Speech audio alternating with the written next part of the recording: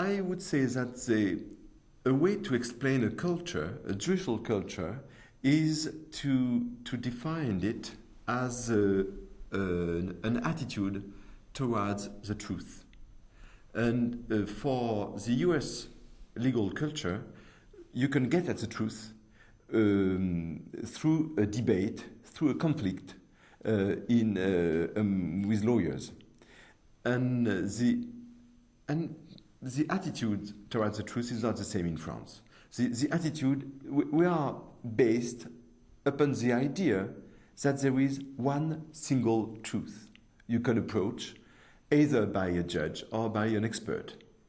This is very remote to me from the American perspective.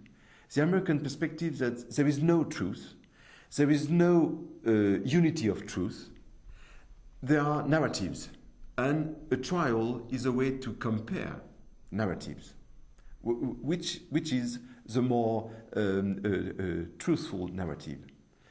And if you look at the French, either criminal or civil procedure, they are based on the juge d'instruction, investigating judge, and upon the expert, l'expert, which is very important. It's not possible in a civil trial to ask for a witness and to ask for to compete before a jury. So the trouble we have today with the European Court of Human Rights is that the system seems a little seems at odds with the European Convention. If we take the example of commissaire de gouvernement, another word extremely difficult to translate into English. What's a commissaire de gouvernement? Because the Conseil d'État and commissaire de gouvernement are tricky institutions because they are not what they say to be. A commissaire de gouvernement is not the lawyer of the government. He is an independent judge performing the role of the other party. And in an administrative trial, there is a party, the plaintiff, and in front of the plaintiff, there is the commissaire de gouvernement. But this commissaire de gouvernement uses to retire, to give his opinion, and not to give in advance his opinion to the other party, and to retire with judges. And the European Court said that it's against Section 6.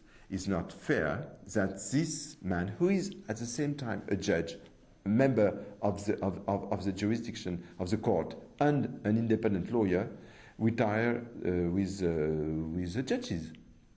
But it's a core of French legal culture, because it's part of the system, which is a judges-led system much more than a lawyers-led system. The problem is this independent lawyer called commissaire de gouvernement used to deliberate. Well, not to deliberate, to go into the judge's room and to attend the deliberation of judges. And this seems to be against, obviously, the idea of an impartial judge, because there is only one party in the room, in the very room, and not the other.